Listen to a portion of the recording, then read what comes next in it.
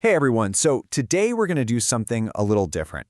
We're actually going to peek inside a 6th grade English lesson. And not just to see, what they're learning, but to really get the philosophy behind how they're being taught. And it all kicks off with one super simple question. Think about it. Every time an author writes something, they have a goal in mind, right? Are they trying to change your mind? Are they just giving you the facts? Or are they trying to tell you a really good story? This one question, it's the key. It unlocks literally everything we're about to get into. So, to help these students get a handle on these big ideas, the lesson uses this really clever, really memorable tool. It's an acronym you've probably even heard of, but trust me, the way this lesson uses it, it takes things to a whole other level. All right, let's break it down. P-I-E. P is for persuade. That's when the author wants you to see things their way. I is for inform, where the goal is just to teach you something, to give you the facts. And of course, E is for entertain. That's all about telling a great story that captivates you. This is the bedrock, the absolute starting point for the whole lesson. And this is where it gets really smart. The lesson doesn't just leave this as some abstract idea. No, it makes it super concrete. Look at these examples. You should include vegetables. See? That's someone trying to persuade you. A dog chasing its tail and knocking stuff over? Yeah, that's just for fun. That's entertainment. And that bit about water? Pure information. It's so simple, but so effective. It lets the kids see the theory in action.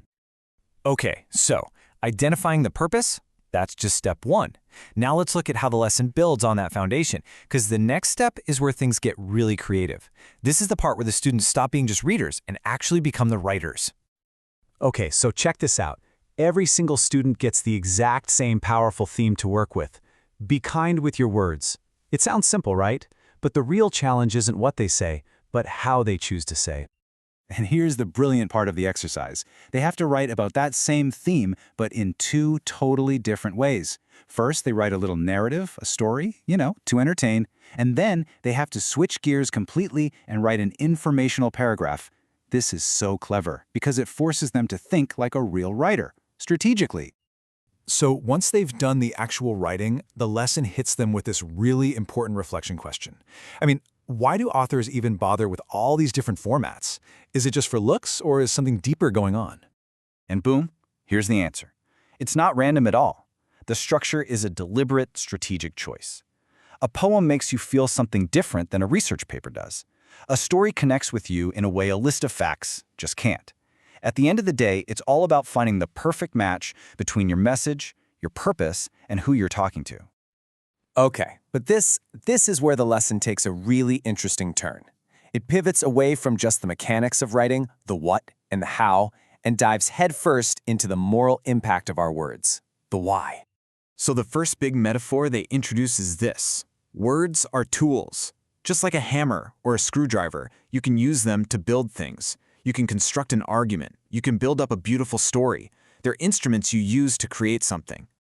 Then, the lesson offers another image. Words are bridges. They're what we use to connect with each other, right? To cross that gap from my mind to your mind, to build understanding and create a real connection.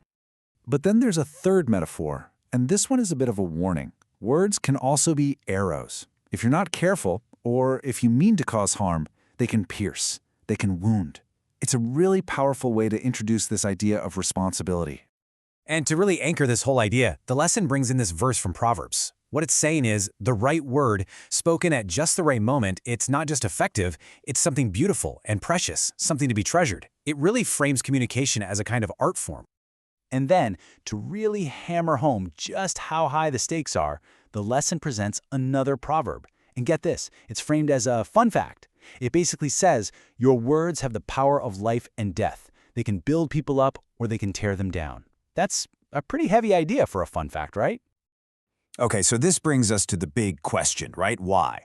Why structure an English lesson like this? Why blend literary analysis with these deep moral metaphors and scripture? Well, this is where we connect all the dots and see the specific educational philosophy that's driving this whole thing. This line from the curriculum, this truth to remember, just lays it all out there. It says that when you write with purpose, you're doing more than just communicating well. Within this framework, you're actually reflecting a divine quality, the idea of speaking truth in love. And this all flows directly from the core philosophy of the people who made this curriculum, HeroesMart Academy. They believe that you absolutely cannot separate education from morality. They have to go hand in hand. For them, the goal isn't just to make smart kids. It's about raising wise and good people, because they believe knowledge without character can be a dangerous thing. So when you look back at everything we just saw, the big takeaway is this: none of this is random. That PIE acronym, the writing challenge, those metaphors of tools and bridges and arrows, it's all one cohesive package designed to teach English skills and moral character all at the same time. And that really leaves us with a powerful final thought, one that takes this whole 6th grade lesson and brings it right back to us. If every single word we use is a choice, a tool, a bridge, or an arrow, then the question for all of us is, what are you going to build today?